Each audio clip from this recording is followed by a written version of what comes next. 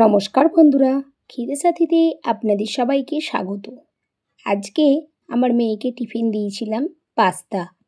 তো পাস্তা খুব তাড়াতাড়ি বানিয়ে ফেললাম। দেখুন, গরম জলের মধ্যে পাস্তাগুলো দিয়ে দিলাম, পরিমাণ মতন নুন দিয়ে একটু সিদ্ধ করে নিয়েছি। তারপর জল ঝরাতে দিয়ে দিয়েছি। এদিকে প্যানের মধ্যে প্রথমে একটু সাদা তেল দিলাম, তারপর অল্প পরিমাণ বাটার দিলাম। বাটারটা একটু গলার জন্য অপেক্ষা করব। তারপর কুচানো পেঁয়াজ দিয়েছি।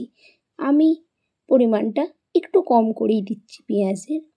এবার পেঁয়াজটা একটু নাড়াচাড়া করব সময় ধরে, যাতে একেবারে লাল না হয়ে যায়। এদিকে পেঁয়াজগুলোকে একটু সাইড করে দিয়েছি। এবার একটা ডিমকে দিয়ে দিলাম। একটু ভালো করে ভাজবো ডিমটা। একদিক থেকে পেঁয়াজটাও ভাজা হয়ে গেল আর ডিমটাও ভাজা হয়ে গেল। এবার দুটো কাঁচা লঙ্কাকে ছোট ছোট করে কুচিয়ে নিয়ে দিয়ে দিয়েছিলাম। একটু নাড়াচাড়া করার পর জল ঝরানো পাস্তাটা এবার দিয়ে দিলাম। দিয়ে প্রথম থেকেই যখন নুন দিইনি পেঁয়াজ ভাজার সময়, এই সময় নুন দিলাম অল্প পরিমাণ। তারপর সয়া সস আর টমেটো কেচাপ। আপনারা নুনটা কিন্তু ঠিকঠাক মাপ করে দেবেন, কেননা সয়া সসেও নুন থাকে আর টমেটো কেচাপও নুন থাকে। এবার গোলমরিচ আর ধনেপাতা দিয়ে একটু সময় ধরে নাড়াচাড়া করব। আমি গ্যাসটা এই সময় একেবারেই সিমে রেখেছিলাম, যাতে ভালোভাবে সমস্তটাই মাখানো হয়ে যায়। সসটার জন্যে চিটে যেতে পারে, তাই তো ভালোভাবেই নাড়াচাড়া করে দেখুন কতটা ভালো দেখতে হয়েছে না কালারটা। এইভাবে একটু সময় ধরে আমি ভাজা ভাজা করে নেব।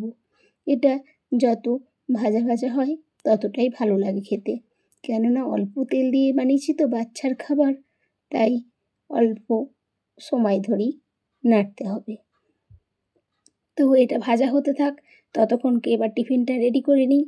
দেখুন, টিফিনের মধ্যে আমি দিয়ে দিচ্ছি। এবার আস্তে আস্তে দিয়ে দিলাম। এটা একটুখানি ভাপটা বেরোনোর পর ঢাকাটা বন্ধ করব। আর একটু পরিমাণটা বেশি দিচ্ছি। এর সঙ্গে কিছু দেব না, অল্প একটু শসা কুচো দেবো আর একটা ফল দেব। তাহলেই আমার মেয়ের আজকে টিফিন একেবারে সম্পূর্ণ। আপনারা কে কোথা থেকে দেখছেন অবশ্যই জানাতে ভুলবেন না।